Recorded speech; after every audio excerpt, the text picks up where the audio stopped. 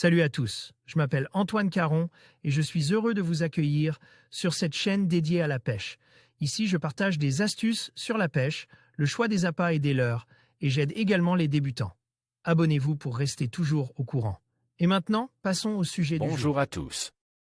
Dans cette vidéo, je vais vous emmener à la découverte du Québec, une destination idéale pour pêcher de nouvelles espèces cet été. Que vous soyez un pêcheur débutant ou expérimenté, je partagerai avec vous mes conseils et mes endroits préférés pour profiter pleinement de cette activité en pleine nature. Préparez-vous à explorer des lacs magnifiques et à vivre des moments inoubliables au bord de l'eau. Restez avec moi pour découvrir tout ce que le Québec a à offrir aux passionnés de pêche. Écoutez cet article, ce qui est intéressant avec des destinations où il est facile de se déplacer sur place et que l'on peut consacrer quelques heures ou quelques journées de son voyage à la pêche, et à côté de cela visiter le pays, seul ou en famille. Les conditions d'entrée, un passeport valide ainsi qu'une AVE, pour autorisation de voyage électronique, qu'il faut demander sur www.canada. Ça, sont les deux documents nécessaires pour entrer comme touriste au Canada. Concernant les mesures prises durant le COVID-19, le test PCR n'est plus exigé, mais l'application arrive quand est toujours demandée. Il convient de se renseigner, mais globalement, les démarches ne sont plus aussi lourdes qu'elles l'ont été.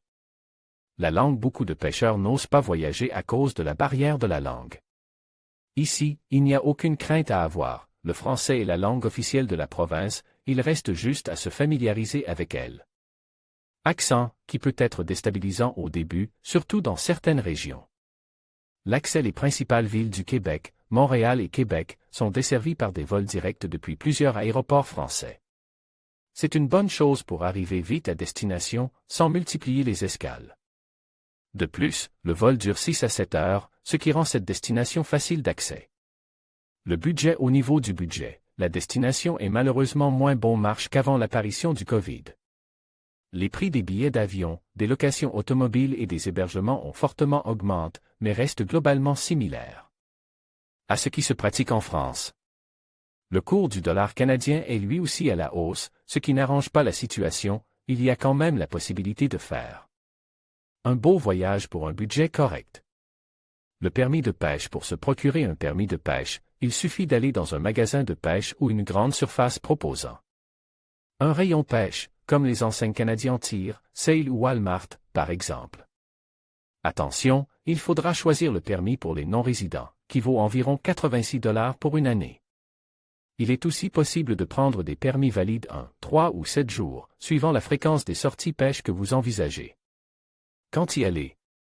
Pour espérer capturer un maximum des différentes espèces que l'on retrouve au Québec, dans un même séjour, il faut prévoir son voyage entre mi-juin et fin septembre.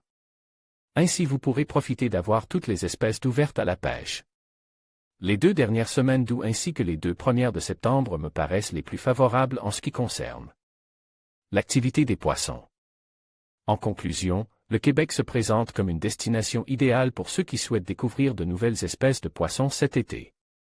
Avec ses paysages magnifiques, ses rivières et ses lacs riches en biodiversité, il offre une expérience de pêche inoubliable.